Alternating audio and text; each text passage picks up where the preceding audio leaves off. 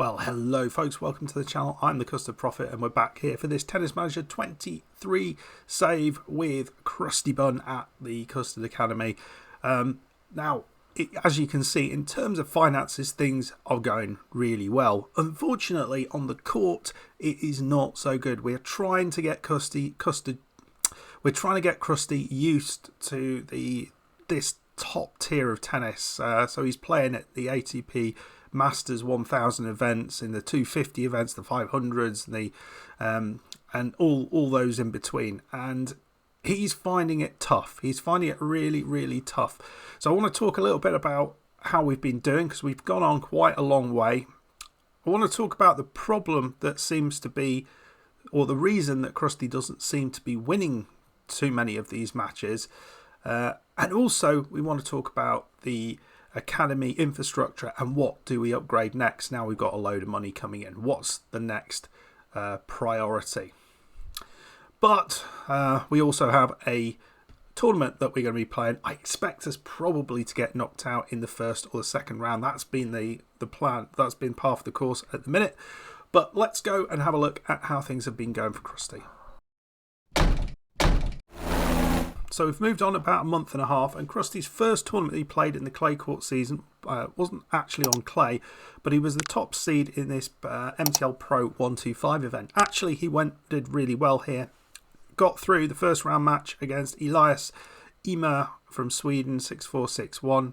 Beat the American wildcard Alex Rybakov 6-3, 7-6 in round of 16. The quarterfinals, it was a win over 8th seed Dominik Kopfer, 6-3, 6-3. It didn't look like he was having any issues. And we came up against old foe Federico Sina, who we've played in the juniors a bunch of times before. And it's been a bit sort of, he's won one, we've won two. It was a sort of close rivalry, and unfortunately in a really tight match, Sina just got the better of us. He's 25th ranked in the world, so we should be beating him given that we at 42nd, but we didn't. It went to 10-8 in the playoffs in the first set, and we lost that. We won the second set 6-3 and looked like we were going to get through. We were a break up, but ended up giving it away and losing in the tie-break. So I was disappointed, but it was pleasing to get some decent points on the board from that tournament. And we got a run now of tournaments then coming on after that. How are we going to get on? It gets a lot harder though. In the Monte Carlo Masters, we had a very tough tie in the first round match. 15th in the world, Matteo Berrettini. We went up against him and we gave a good account of ourselves. We lost 6-3, 7-6. Really wasn't bad. We did break him on one occasion, and we looked like, you know, we were close. We were close in that match to actually upsetting or at least getting a third set. So I was very pleased with that performance. Gave me a lot of hope for what was to come. In an ATP 250 event in Belgrade, we got a very good victory against Alex Molcan in the first round. He's 80th in the world, beat him 6-4, 6-1. Really happy with that victory. But then just an absolute disturbingly bad result against Matteo Arnaldi. We lost the first set in the tiebreak, won the tiebreak in the second set, and then lost 6-3 in the third set. The real disappointment here was at key points in this game where if we'd have won, I think it was in the third set, 3-all, we were up and he hit the net and saved himself a break point as the ball just toppled over. And he did that twice in the same game. So we would have taken that game, and I think maybe we'd have gone through. But yeah, in the end, we were not good enough and we got knocked out. So disappointment there, losing to someone outside the top 100.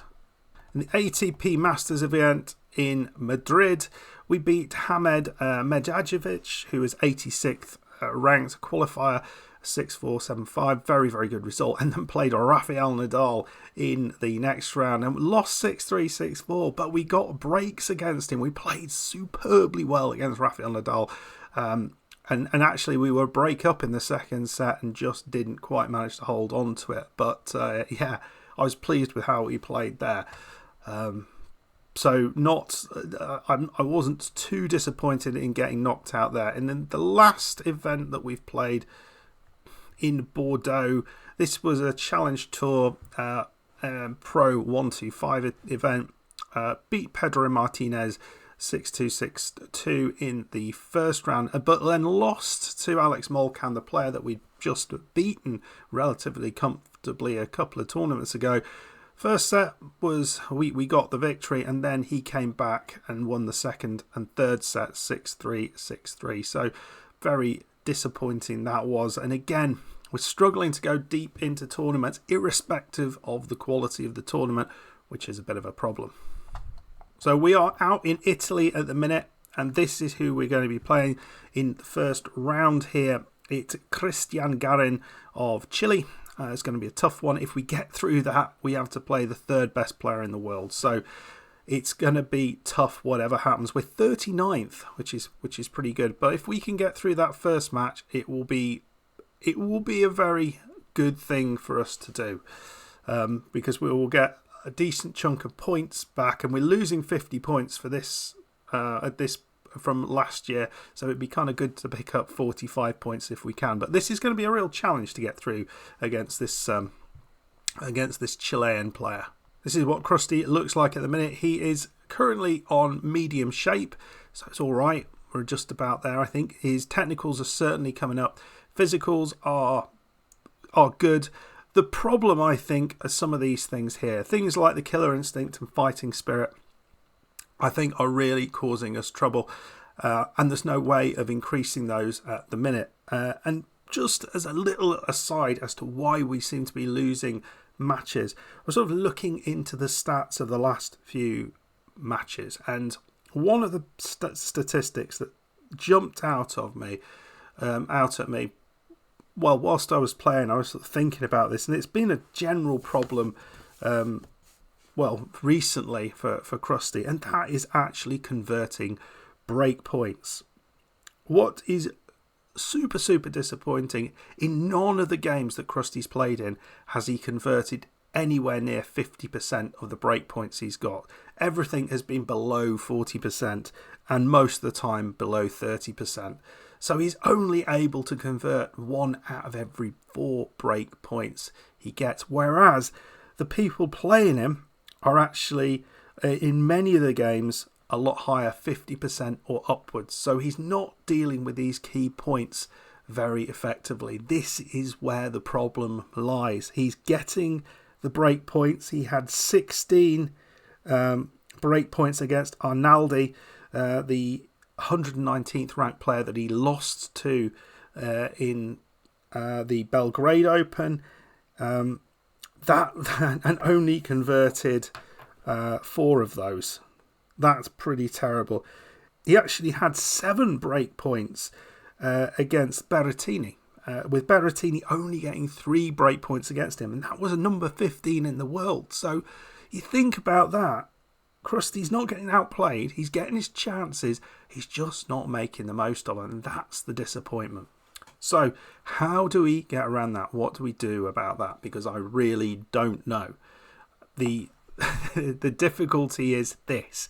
I can't improve this stuff because it's kind of set. And yeah. So what do we do? What do we do? So we're going to play this game here against Garin, and we'll see how we get on and just see if this happens, see if we get this same sort of response. Is Crusty getting the breaks opportunities but just not dealing with them? Just noted these boot guards up there are the youngster. Good to see him on the main tour. I think Garin is going to give us a good hard test. You can see across the board we're looking very good. Don't need to improve anything. Right, I don't know why the Windows logo's behind, but there we go. Right, come on. Well, Crusty, as I was saying, already he's got 2 break points against Garin.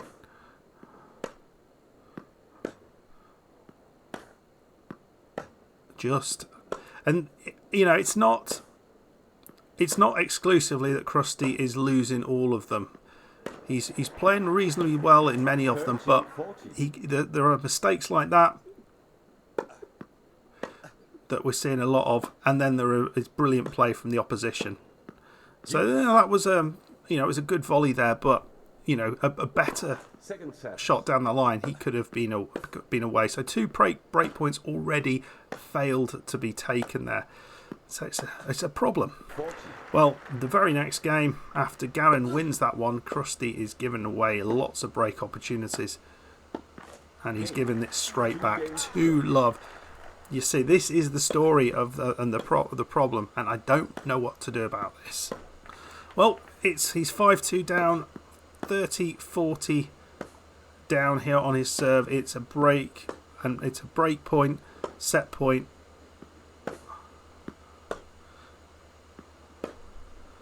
I know what you do.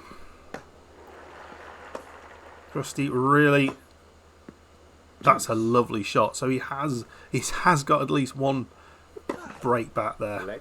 5-3, and it's 40 love on Garin's serve. So he should be taking this first set. Crusty trying to change things up, but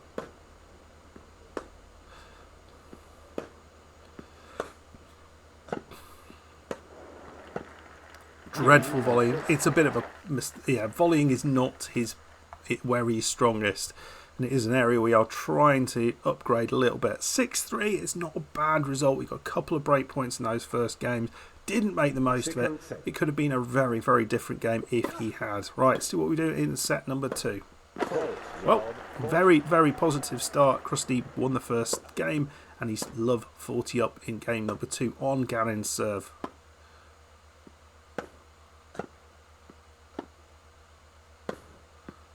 Doing well there, and he actually did win that, so he's got a break to Love. Fantastically, Crusty is 5-3 up in this second set. This is against a player ranked very high up, and he's got a set point himself here. 40-15. Goes for a drop shot. Not the strongest. There we go. On the back foot as soon as he tried that drop shot. Second service. Still another chance though here. He's struggling to take sets off the better players, and just want a little bit more incisiveness when he plays. There's a lot of mistakes. There we go. He's got a break. He's got a set. It's 1-1. It's going to be a tough one to get this get the win out of this, I think. But he has every chance now. He's on level terms. Just needs a very similar performance in the third set. Oh, Crusty had his chances. He got to Love 30 on Garin's serve, but the first break comes on his own serve. First break opportunity. So he just needs to do that. Yeah, lovely shot down the line, and Garin's not able to convert it. It's still juice, and he's on serve 3-4 to Garin at the minute.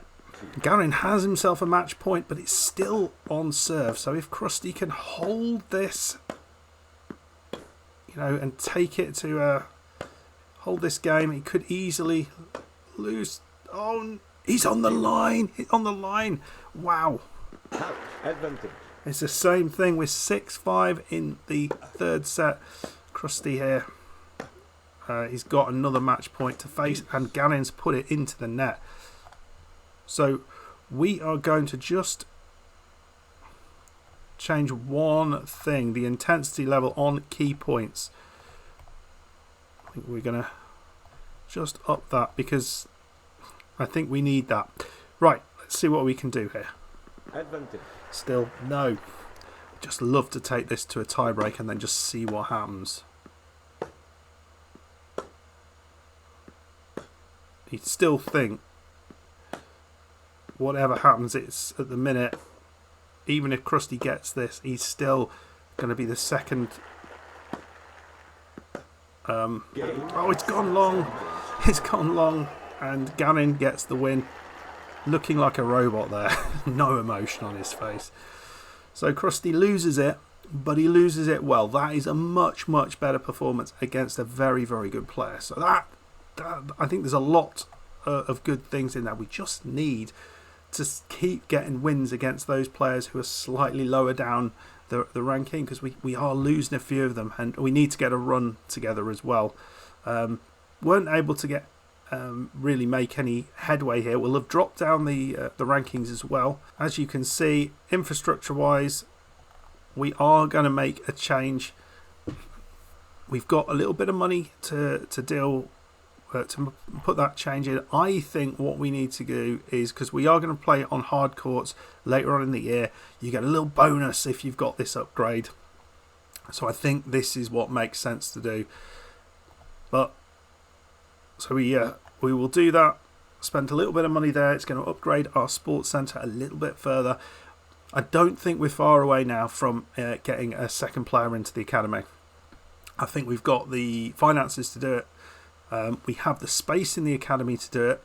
We've got room for another coach, room for another physio, so we can absolutely do that. Obviously, it's going to be expensive if we've got, and we'll have to get another trainer as well in. So that's going to take some thought there. What is the best thing to do?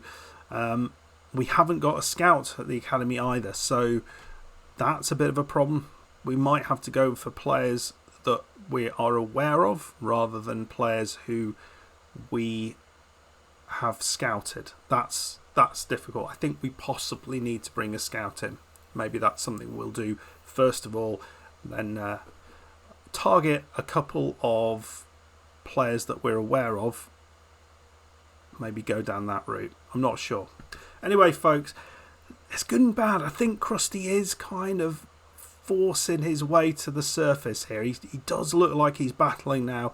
Looks like he's getting in there, and that was a much better performance. We almost got to a tie break right at the end, just didn't quite get there. Lost in 3 sets, but not the end of the world. If you enjoyed the episode, please hit that like button, subscribe if you're new. I'll see you for the next one. Goodbye.